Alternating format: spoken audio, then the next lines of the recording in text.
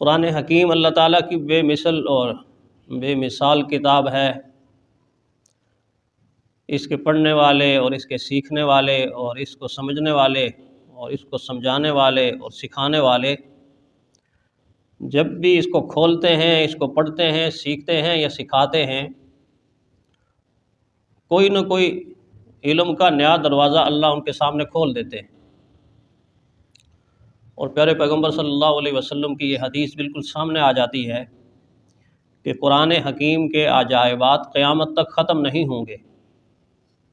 ہر دور میں، ہر زمانے میں قرآن حکیم کے عجائبات ظاہر ہوتے رہے، اب بھی ہو رہے ہیں، اور تا قیامت وہ عجائبات ظاہر ہوتے رہیں گے۔ اور اس حوالے سے کچھ وہ باتیں جو ہم سب کو ان کے بارے میں اکثر علم ہوتا ہے۔ قرآن حکیم اللہ تعالیٰ کی کتاب ہے، قرآن حکیم پیغمبر صلی اللہ علیہ وسلم پر نازل ہوئی ہے، قرآن حکیم کے 30 پارے ہیں، قرآن حکیم کی 7 منازل ہیں، قرآن حکیم کی 114 صورتیں ہیں، اور قرآن حکیم کی صورتوں کی 2 اقسام ہیں جو مکہ میں نازل ہوئیں، وہ مکی صورتیں ہیں، ان کی تعداد 86 ہے، اور جو مدینہ میں نازل ہوئیں وہ مدنی صورتیں کہلاتی ہیں، ان کی تعداد 28 ہے، اور قرآن حکیم کے 540 رکوعات ہیں، اور قرآن حکیم کی بعض اہل علم کے نزدیک آیات کی تعداد 6666 ہے۔ یہ تقریباً ہمارے ذہنوں سے یہ نقشہ گزرتا رہتا ہے، اکثر ان میں سے ہمیں یہ بات معلوم ہوتی ہے۔ اس کے ساتھ ساتھ قرآن حکیم ایک خاص زبان یعنی عربی زبان اور عربی زبان کے حروف کا مجموعہ ہے، حروف کا مجموعہ ہے۔ ہر زبان میں بنیادی طور پہ کچھ حرف ہوتے ہیں کہ جو حرف آگے جا کر اس زبان کے جملے بنتے ہیں، کلمہ بنتا ہے، کلام بنتا ہے، لوگ ایک دوسرے کے ساتھ گفتگو کرتے ہیں، گفتگو سمجھتے ہیں، اور اس کی بنیاد حرف ہوتا ہے۔ اور حرف دراصل یوں سمجھیں کہ زبان کا مٹیریل ہوتا ہے۔ جس طرح کسی مٹیریل کے بغیر کوئی عمارت تعمیر نہیں ہو سکتی، کوئی چیز نہیں بن سکتی، اسی طرح حرف کے بغیر زبان بھی نہیں بولی جا سکتی۔ حرف اصل میں انسان کی آواز کا ایک رزلٹ اور ایک نتیجہ ہوتا ہے۔ جو ہم منہ سے بول رہے ہیں اس بول کی عملی شکل حرف ہوتی ہے۔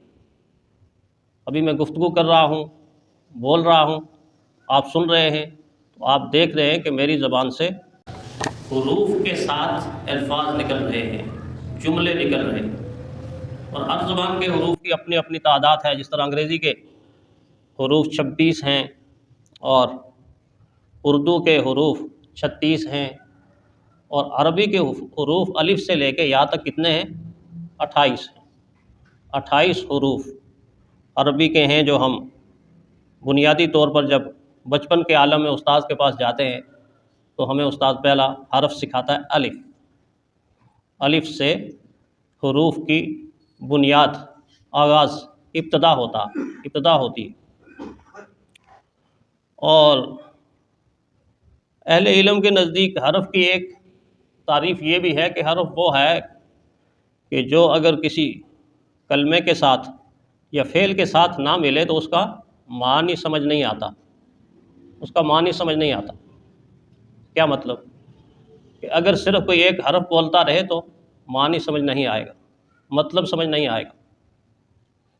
جیسے کوئی کہتا ہے من، جیسے کوئی کہتا ہے اعلیٰ، تو آپ کہیں گے من کیا؟ من کا مطلب تو سے ہوتا ہے، کیا سے؟ اعلیٰ، اس کا اوپر تو پر ہوتا ہے، کیا پر؟ تو علم نحو اور گرامر والوں نے اس کی تعریف یہی کی ہے کہ جب تک یہ اس اسم کے ساتھ یا فعل کے ساتھ نہ ملے تو اس کی تفسیر یا اس کا معنی سمجھ میں نہیں آتا۔ لیکن اہل نظر اور اہل دل کی اپنی ہی کوئی کائنات ہے، اپنی ہی کوئی دنیا ہے۔ اہل نظر اور اہل دل ذرا تھوڑا سا مختلف اور ہٹ کے سوچتے ہیں۔ وہ کسی نے کہا نا کہ اپنا زمانہ آپ بناتے ہیں اہل دل، اپنا زمانہ آپ بناتے ہیں اہل دل، ہم وہ نہیں کہ جن کو زمانہ بنا گیا، یا اپنا زمانہ آپ بدلتے ہیں اہل دل، ہم وہ نہیں کہ جن کو زمانہ بدل گیا۔ تو اہل دل اور اہل نظر کی ایک اپنی ہی کائنات ہوتی ہے، اپنی ہی دنیا ہوتی ہے۔ اہل عشق اپنے اس وجدان کی نظر میں سوچتے ہیں اور اپنے ہی جہان پیدا کرتے ہیں۔ دوسرے لفظوں میں کسی نے کہا نا الٹی ہی چال چلتے ہیں دیوان گان عشق، الٹی ہی چال چلتے ہیں دیوان گان عشق، آنکھوں کو بند کرتے ہیں دیدار کے لیے۔ ویسے جب ہم چیزوں کو دیکھتے ہیں تو آنکھیں کھول کے دیکھتے ہیں نا، میں بھی آنکھیں کھول کے آپ کو دیکھ رہا ہوں، آپ آنکھیں کھول کے مجھے دیکھ رہے ہیں، دنیا کی ہر چیز کو ہم آنکھیں کھول کے دیکھتے ہیں۔ لیکن فرمایا الٹی ہی چال چلتے ہیں دیوان گان عشق، آنکھوں کو بند کرتے ہیں دیدار کے لیے۔ وہ آنکھیں بند کر کے بہت کچھ دیکھ لیتے ہیں، فرش پہ بیٹھ کے عرش کے حالات سے باخبر ہو جاتے ہیں، فرش کے بیٹھ کے عرش کے حالات سے باخبر ہو جاتے ہیں۔ تو اہل دل اور اہل نظر نے اپنی ہی ایک کائنات میں یہ صورت ہمیں بتائی کہ ٹھیک ہے، اہل علم کی تعریف اپنی جگہ ٹھیک ہے کہ خالی حرف سے معنی پیدا نہیں ہوتا، لیکن اگر یوں کہا جائے کہ حرف پر سوچا جائے تو پھر ایک معنی نہیں، سینکڑوں معنی نہیں، ہزاروں معنی بھی پیدا ہو سکتے ہیں۔ اگر حرف پر سوچا جائے تو ایک دو نہیں، سینکڑوں نہیں، ہزار معنی پیدا ہو سکتے ہیں، بشرطے کہ سوچا جائے۔ اور سوچنے والوں نے جب سوچا تو اللہ تعالیٰ نے حرف کی بنیاد پر ان کے لیے علم کے دروازے کھول دیے۔ اس کی سادہ سی ایک مثال تاریخ میں ہمیں حضرت عیسیٰ علیہ السلام کی شخصیت سے ملتی ہے۔ عیسیٰ علیہ السلام بچپن کے عالم میں ان کی والدہ حضرت مریم جب ایک استاذ کے پاس پڑھنے کی نیت سے ان کو لے گئیں تو جا کر پاس بٹھایا، اور بزرگ استاذ ان کو سکھانے کی نیت سے جب پہلا لفظ دہرانے لگے اور فرمایا کہ بیٹے پڑھو، مثال کے طور پر یوں سمجھے کہ الف پڑھو۔ اس وقت سریانی زبان ہوگی، عبرانی زبان ہوگی، جو بھی زبان ہوگی، اس زبان کا پہلا لفظ ہم سمجھنے کے لیے اردو کا یا عربی کا لفظ استعمال کر لیتے ہیں کہ الف کہا کہ الف پڑھو۔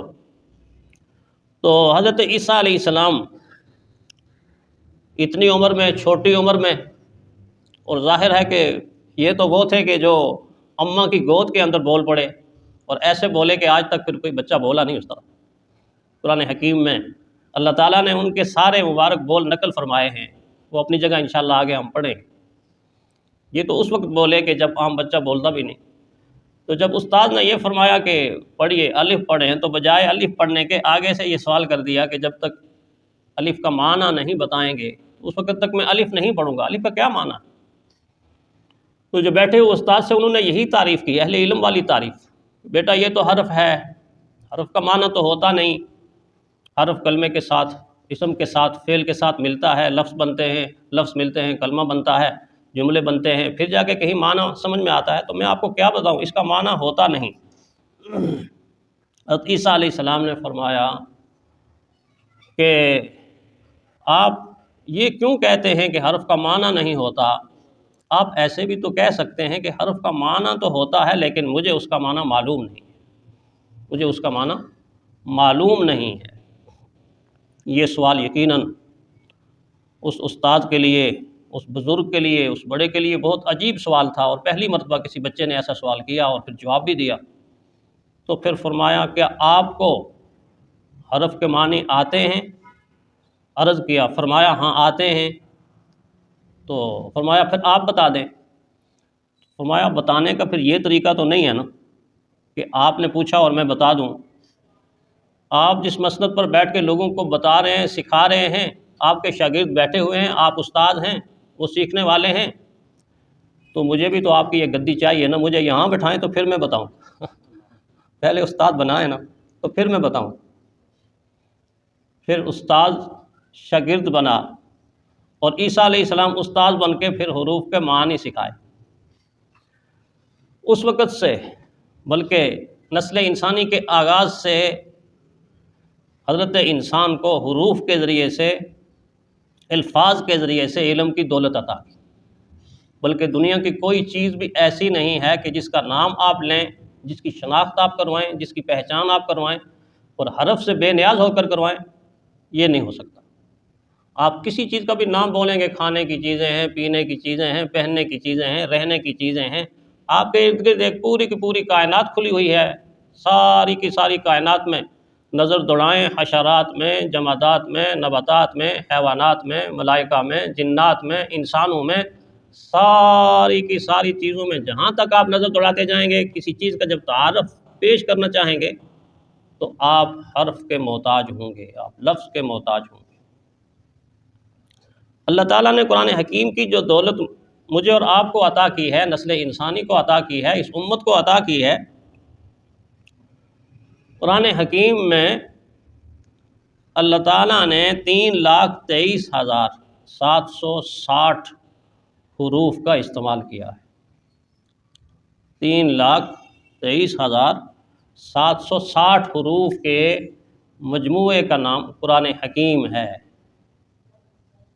اور حیرت کی بات یہ ہے کہ یہ وہ حرف ہیں، عربی زبان کے یہ وہ حرف ہیں کہ جن کو یہ سعادت ملی، باقی کسی زبان کے حروف کو یہ سعادت نہیں ملی جو عربی زبان کے ان 3,23,760 حروف کو یہ سعادت ملی کہ یہ حرف سب سے پہلے اللہ تعالیٰ کی قدرت کی زبان سے نشر ہوئے، قدرت کی زبان سے نشر ہوئے، پھر جبرائیل امین کی معصوم زبان سے منتقل ہو کر پیارے پیغمبر صلی اللہ علیہ وسلم کے قلب مبارک پر منتقل ہو کر حضور صلی اللہ علیہ وسلم کی مبارک زبان سے جاری ہوئے ہیں اور آج تک تسلسل کے ساتھ اس امت کے ساتھ چل رہے ہیں۔